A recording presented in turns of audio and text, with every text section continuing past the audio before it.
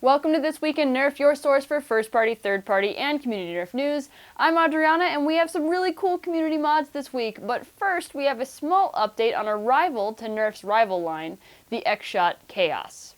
The line showed up for distributor pre-order on the wholesale toy site Famous Toys. Hilariously, their product photos are worse than the ones taken by nearly anyone at Toy Fair, so there's not much more to see as far as the function of the blasters are concerned. The main thing to be learned from the listing is that the order deadline for distributors is August 28th. That means it'll be coming out later in the year. I'm thinking that it's going to be a pre-Christmas release because it's under the Christmas Toy Flyer section of the website, and I'm really looking forward to seeing how these blasters perform. Their dart blasters are actually pretty great for a knockoff, and I'm interested to see how their ammo compares as well. So I guess we'll find out on Christmas. Don't forget to thank the bus driver, because another iconic microshot is coming. It's the Fortnite Battle Bus. Utter Travesty on Reddit posted an image that looks to be lifted from Everest Toys, a wholesale distribution site. I'm unsure why Hasbro is going so hard on Fortnite microshots instead of building up on their own successful products, but I think the Battle Bus may be one of the only things that could rival the Llama in popularity. Llama Master Race. It's just a standard Jolt reskin like the rest of the Microshots line and doesn't appear to be available anywhere yet. It might pop up on Hasbro Pulse like many of the other blasters we've seen for pre-order. Hopefully it's not an exclusive so more people can get their hands on it and shoot people with a bus. Not with a bus. It would have been way cooler as a Nitro line. And now it's time for a couple mods that happened this week that are really cool and deserve being talked about. Mod of the Week is still coming, but for now, Valor's done it again. At this point, I doubt anyone's surprised. The AERS laser shotgun makes the Busby monorail look so much cooler. He added LEDs and a battery box that looked like it belonged there the whole time. He did some amazing weathering work, and the light coat of plastic over the LEDs is very clever.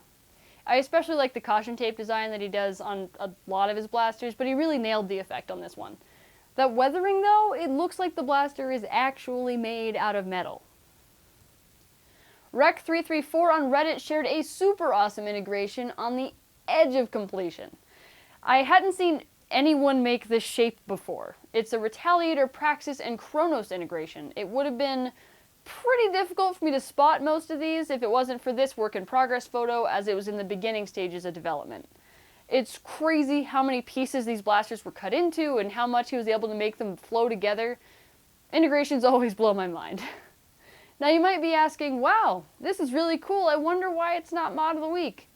Well, that's because it's not functional yet. It's currently waiting on Spectre Nerf's Supercore to finish development before it can fire darts with some HPA goodness. I've been bugging Michelle for a while to finish all the accessories for our Perfect Fit tool, which, if you haven't seen it yet, check out the card in the upper right to see our video on it. We demoed this flywheel remover on our Instagram like 2 months ago, but life got in the way and we never got around to releasing it. I'm calling it the Yoink adapter because it's our anniversary and Michelle let me name it whatever I wanted. The Yoink works with pretty much every non-canted open flywheel project cage we could think of, but there are just so many of them, so it's possible we missed one or two. It works by pressing the top of the cage while 2 bolts press up through the cage onto the wheels. Since it applies much more even and consistent pressure to the wheels than using 2 screwdrivers or hex wrenches, it should result in less wear to the flywheels in case you wanted to reuse them, and will also completely eliminate any bent shafts due to inconsistent pressure. The Yoink will be available on Tuesday, and we're also going to be releasing the files within a week or so on our website because Thingiverse sucks. We'll post the Perfect Fit files, Yoink files, and a step file, the base adapter that hooks to the clamp so anyone can design their own adapters. Be warned that Harbor Freight sells 2 versions of this clamp, and the adapters only work with one of them, so check the item number before you buy. We looked into making a version for the other item number that they sell, but that version of the clamp is just garbage and rarely even works properly as a clamp off the shelf. The mod of the week is a simple cosmetic mod that surprised me. This is a Scout. This is a Lost Pistol from 40K. I do not like the look of either of these things. This is the Lost Pistol Scout from Jan Ravelet on Nerf Modders Welcome. Apparently, the Scout actually has a lot of detail and interesting shapes under that retina-burning blue they've been smothering all the newer Elite Blasters with. And their cracked glass deco wasn't doing them any favors either. And when you look at the Lost Pistol, it's not exactly an interesting looking gun. The details vary based on what you're looking at, whether it be concept art, fan art, prop models, but the main shapes are there in the Scout, as well as some more visually interesting elements. This was a really just interesting choice of blaster, and while it's a simple paint job, it's executed really well. Call us biased, but this is some really good war footage. It's shot by Mr. Ronan055, who's a local at our wars. The footage is from our Reno Area Dart Society war last weekend, where we didn't have nearly enough sandbags to use all of our cover pieces, and the ones we did have set up kept falling down. Reno's one of the top 5 windiest cities in America. Who knew? It's a really good mix of handheld camera footage and drone footage, and it's edited really well for someone who just started editing video. I love the little community that we've built in Reno. It's one thing to watch other clubs get to this level, but it's another to see it in your own backyard. They're already getting good. At 19 seconds, we were playing Titan Ball and someone whacks a rocket out of the air with a sword.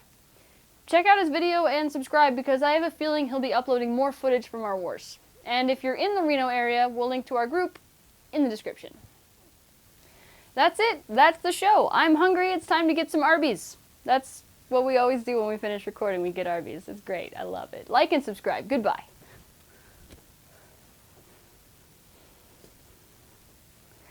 Okie doke. We done. She'll probably put this in the outro.